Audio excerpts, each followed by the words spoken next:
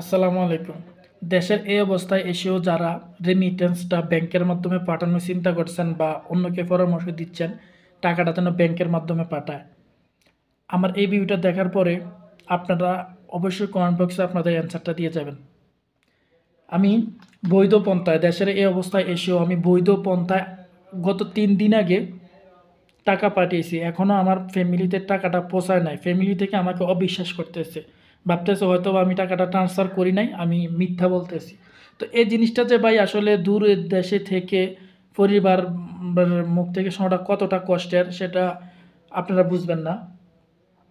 তো দেখেন আমি ফিক্সারটা দিয়ে রাখছি, আমি সম্পূর্ণ বৈধ পন্থায় বিকাশে বাংলাদেশে টাকাটা পাঠিয়েছি। আজকে 3 দিন হয়ে গেল টাকাটা যায় নাই। যেখানে আমি যদি হুন্ডির মাধ্যমে বা অবৈধ পন্থায় যদি বিকাশে টাকাটা পাঠাইতাম তাহলে 1 মিনিটে আমার টাকাটা চলে যেত।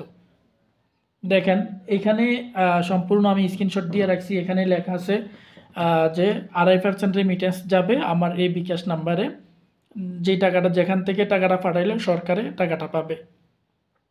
আপনাদের কাছে আপনাদের মস্তিষ্কের কাছে আমার প্রশ্ন, তাহলে প্রবাসীরা কেন টাকাটা বৈধ পন্থায় বা ব্যাংকের মাধ্যমে টাকাটা পাঠাবে, যেখানে ব্যাংকের মাধ্যমে টাকাটা পাঠাইলে আমার 3 দিনও টাকা যাচ্ছে না।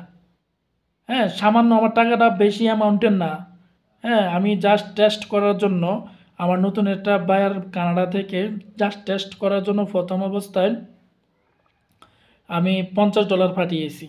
ঠিক আছে, জাস্ট $50 পাঠিয়েছি, কিন্তু এই টাকাটা আমার যায় নাই। তো কেন ফ্রিল্যান্সার অথবা প্রবাসীরা আপনার টাকাটা ব্যাংকের মাধ্যমে পাঠাবে?